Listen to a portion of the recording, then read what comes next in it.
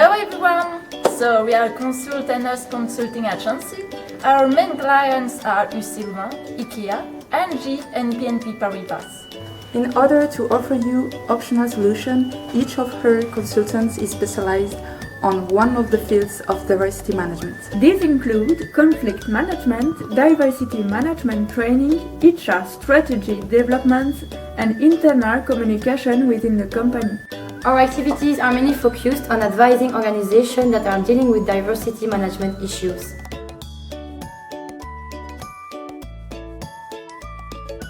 To begin, let's briefly recall the problem you are facing in your company, Funbin Co. You have an employee in the name of Alicia who has been diagnosed with both ADHD and Asperger. This person suffering from neurodiversity seems to be causing problems for you and other employees. So now let's see which solutions we have for you. It is important to pay attention to the complexity of diversity within the work organization. Indeed, practices implemented to foster an inclusive and diverse workplace must avoid creating inequalities for one group in order to favor another. Thus, a first change should be made during the hiring process, which should be focused on fairness.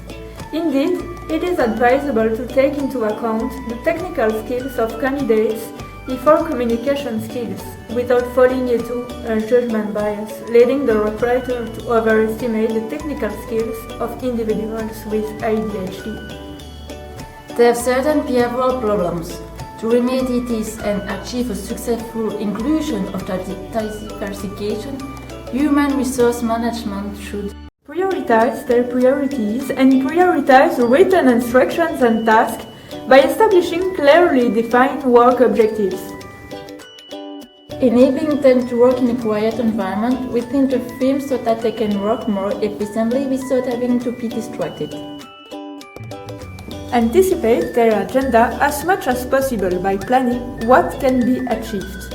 Indeed, ambiguity and last-minute change could destabilize them. Do not hesitate to encourage them generously to motivate them in their work. Set up a framework in which the individual with high autistic traits would be monitored by an employee to ensure that deadlines have been met and that the backlog does not accumulate. Set up support meetings to readjust activities and tasks that have been subject to last-minute changes. This could, for example, allow Alicia's skills to be used optimally. From a purely behavioral point of view, the higher activity and hypersensitivity of the person suffering from ADHD can lead to difficulties in concentrating. To avoid this, the employee concerned should have designed seats in front of the presenter. However, orientation towards the window or a glass door should be avoided so as not to trigger distraction.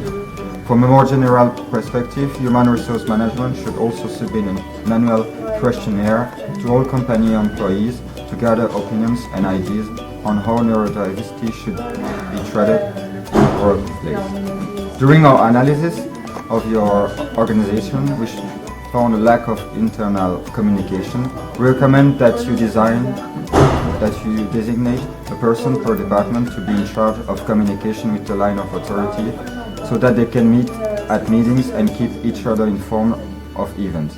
In addition, a meeting between the CEO of the company, Alicia, and the HR manager should be set up with one of our consultants as mediator in order to understand the situation and resolve the conflict.